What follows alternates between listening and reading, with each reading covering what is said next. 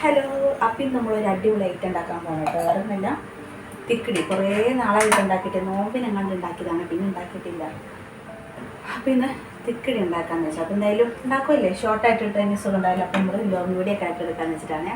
അപ്പം അതിന് വേണ്ടി വെള്ളമൊക്കെ അടുപ്പിച്ച് വെച്ച് കേട്ടോ. നമ്മൾ പത്തിരിയില്ലേ, പത്തിരിക്ക് മാവൊക്കെ കുഴക്കുന്ന ആ ഒരു പരിപാടിയുണ്ട്. അളവും കാര്യം ഞാൻ പറയുന്നില്ല. ഞാനിപ്പോൾ ഈ ഒരു ഗ്ലാസ്സിന് 5 ഗ്ലാസ്, 5.5 കേട്ടോ, 5.5 ഗ്ലാസ് പൊടി കിട്ടിയിട്ടുണ്ട്, 4.5 ഗ്ലാസ് പൊടി കിട്ടിയിട്ടുണ്ട്. അപ്പോൾ 5 ഗ്ലാസ് വെള്ളം ഞാൻ അളന്ന് എടുത്തിട്ടുണ്ട് കേട്ടോ. ഞാൻ അളക്കുന്ന വേറൊരു കപ്പ, അതിനൊക്കെ പൊട്ടിപ്പോയിട്ടുണ്ടായിരുന്നു. അപ്പോൾ വെള്ളം വെച്ചിട്ടുണ്ട്. പാത്രം നല്ല ഉറക്കണം. അവിടെ എണീക്കുമ്പോഴേക്കും നമുക്ക് കുഴച്ചൊക്കെ വെക്കണം. രാത്രിത്തേനാണല്ലോ, നമുക്ക് കുഴച്ചൊക്കെ വെക്കണം. ഇപ്പോൾ വെള്ളം കൊമള കയറി വരുന്നുണ്ട് കേട്ടോ. അപ്പോൾ നമുക്ക് കുറച്ച് ഉപ്പിട്ട് കൊടുക്കാം. പാത്രം നല്ല ഉറക്കമാണ്, അതുകൊണ്ട് ഒച്ചൊന്നും അധികം വെക്കാൻ പറ്റത്തില്ല. ഇതിന് മുന്നേ ഒരു തവണ ഞാൻ ഉണ്ടാക്കിയിട്ടുണ്ടായിരുന്നു കേട്ടോ. പക്ഷെ അത് ഭയങ്കരമായിട്ട് വെള്ളം കൂടിപ്പോയി, സുഖം ഉണ്ടായിരുന്നില്ല. ഈ ഉപ്പ് കുറേ എത്ര വാരിയിട്ട് കഴിഞ്ഞാലും വലുതായിട്ട് അങ്ങ് ഉപ്പ് കാണത്തില്ല കേട്ടോ. അതിന് അത്രയും വാരിയിട്ടത് ഞാൻ വെച്ചിട്ടാണ്. കുറച്ച് മതി. ഇത്ര വലിയ പാത്രം എടുത്ത് വേറെ ഒന്നുമില്ല കേട്ടോ. നമുക്ക് നല്ലപോലെ ഇളക്കിയെടുക്കാനായിട്ട് ഇതുണ്ടായിരുന്നു, ഉരുളുണ്ടായിരുന്നു. പക്ഷെ അത് അടി പിടിച്ചോണ്ടിരിക്കാൻ നമുക്ക് പറ്റത്തില്ല കേട്ടോ. ഇതിൽ നമുക്ക് ഇളക്കിയെടുക്കാമല്ലോ. സത്യം പറഞ്ഞാൽ വലിയ മെനക്കടിച്ച പരിപാടി കേട്ടോ. ഒരാളെ കൊണ്ട് പറ്റത്തില്ല. അത് 1 കിലോ പൊടി ഉണ്ടല്ലോ, അതുകൊണ്ട് ഒരാളെ കൊണ്ട് പറ്റത്തൊന്നുമില്ല ഇതിന് ഇത്രയും ഉണ്ടാക്കാനായിട്ട്. ഇപ്പോൾ അവൾ ഉറങ്ങുന്നതുകൊണ്ടാണ്. നമുക്കിപ്പോൾ വൈകുന്നേരത്തിനാണെങ്കിലും ഇപ്പം ആക്കി വെച്ചാൽ നമുക്ക് ആ സമയത്തിന് പറ്റത്തുള്ളേ. അപ്പോൾ ദേ ഇവിടെ തിളച്ചിട്ടുണ്ട് കേട്ടോ. നമുക്ക് ഇനി കുറച്ചായിട്ട് ഇട്ട് കൊടുക്കാം.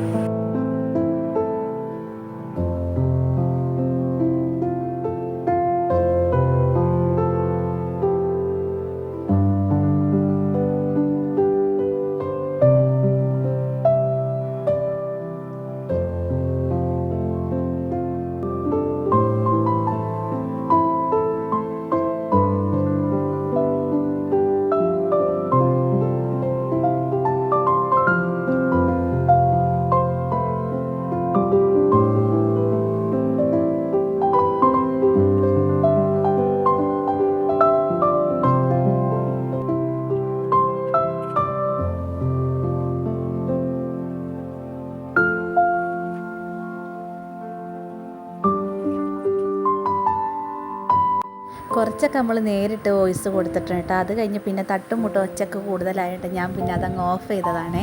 അങ്ങനെ നമ്മുടെ മാവെല്ലാം നല്ലപോലെ വെന്ത് വന്നിട്ടുണ്ട് കേട്ടോ. അപ്പോൾ ഞാൻ കുറച്ച് നേരം അടച്ച് വെച്ചിട്ടുണ്ടായിരുന്നേ. ഒന്ന് ഇളക്കി കൊടുത്ത് തീ കുറച്ച് കഴിഞ്ഞ് ഒന്നുകൂടെ അടച്ച് വെക്കുമ്പോൾ കുറച്ചുകൂടെ ഒക്കെ വെന്തോളൂ, കട്ട പിടിക്കത്തില്ല കേട്ടോ. കാരണം ഇത് 1-2 തവണയൊക്കെ വെച്ച് ഫ്ലോപ്പായി കഴിഞ്ഞിട്ടാണ് നമുക്ക് അതൊക്കെ ഉണ്ടായി ശരിയായി വരുന്നത് കേട്ടോ. അപ്പോൾ ഞാൻ പറഞ്ഞു, ഒരു തവണ ഞാൻ ഉണ്ടാക്കിയിട്ടുണ്ടായിരുന്നു, വെള്ളം കൂടിപ്പോയി. അപ്പോൾ ഇതിൻ്റെ അളവും കാര്യം എനിക്ക് അറിയത്തില്ലായിരുന്നു കേട്ടോ, വെള്ളത്തിൻ്റെ. അതാണ് അങ്ങനെ പറ്റിയത്. അപ്പോൾ അത് ചൂട് ചെറുതായിട്ട് ആറിയിട്ടുണ്ട്. അപ്പോൾ കുഴയ്ക്കാൻ വേണ്ടി അരിപ്പൊടിയുടെ തന്നെ കവർ ഞാൻ കയ്യിലിട്ട് വെച്ചിട്ടുണ്ട്. ഞാൻ ഇങ്ങനെയാണ് കുഴയ്ക്കാറുള്ളത് കേട്ടോ. ഇപ്പോൾ അരിപ്പൊടിയുടെ ഇല്ലെങ്കിൽ ഇതുപോലെ എണ്ണക്കവറൊക്കെ കൊണ്ടുവരണമെങ്കിൽ അതൊക്കെ ഇട്ട് കുഴച്ച സുഖമായിട്ട് നമ്മളെ കയ്യിലും പറ്റി പിടിക്കത്തില്ല, നമുക്ക് സുഖമായിട്ട് കുഴയ്ക്കാം. എനിക്ക് ചൂടടിക്കുമ്പോഴേക്കും എൻ്റെ വായെല്ലാം പുളിച്ച് കയറിട്ട് അത്രയ്ക്ക് ചൂടാണ്. കാരണം എനിക്ക് ചെറിയ ചൂട് കയ്യിൻ്റെ ഉള്ളിനടി തട്ടുമ്പോഴേക്കും ബുദ്ധിമുട്ടാണ്.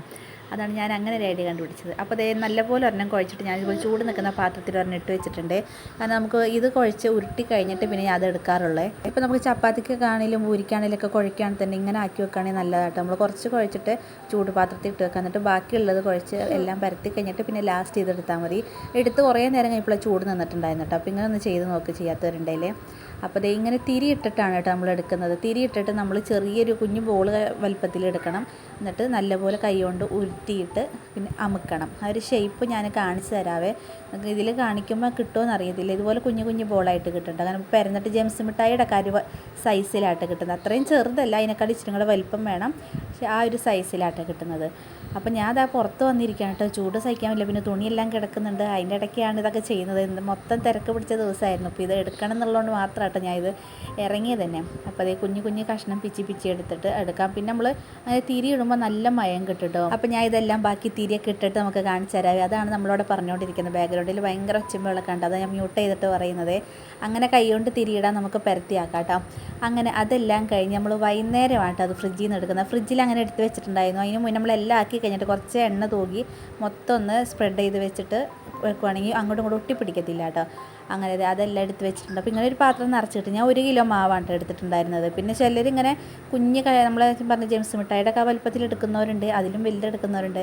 ഞാനൊരു മീഡിയം വലുപ്പത്തിലാണ് എടുത്തിട്ടുണ്ടായിരുന്നത്. ഇപ്പോൾ പിടി എന്ന് പറയുമ്പോൾ ഇതിനേക്കാൾ ഇച്ചിരി കൂടെ വലുപ്പം ഉണ്ടാവും കേട്ടോ, കാരണം ഇത് അത്രയില്ല. ഞാൻ പറഞ്ഞ ജെംസ് മിഠായിൻ്റെ ആ വലുപ്പത്തിന് കുറച്ചും കൂടെ വലുപ്പത്തിൽ. അത് അറിയാത്തവർക്കാണ് ഞാൻ ഇത്രയും ഡീറ്റെയിൽ ആയിട്ട് പറഞ്ഞു തരുന്നത്. ഞാൻ പറഞ്ഞില്ല, ഒത്തിരി കൂട്ടുകാർ നമ്മൾ ഫാമിലിയിൽ കയറിയിട്ടുണ്ട്, അവർക്കൊക്കെ അറിയാത്തവരുണ്ടാവും, അതുകൊണ്ടാണ് ഞാൻ ഇത് പറഞ്ഞു തരുന്നത്. പിന്നെ നമ്മളിടുന്ന വീഡിയോസൊക്കെ അൽഹംദുലില്ലാ നല്ലപോലെ കയറി പോകുന്നു കേട്ടോ. ഒത്തിരി പേര് സപ്പോർട്ട് ചെയ്യുന്നെന്ന് മനസ്സിലായിട്ടുണ്ടായിരുന്നേ.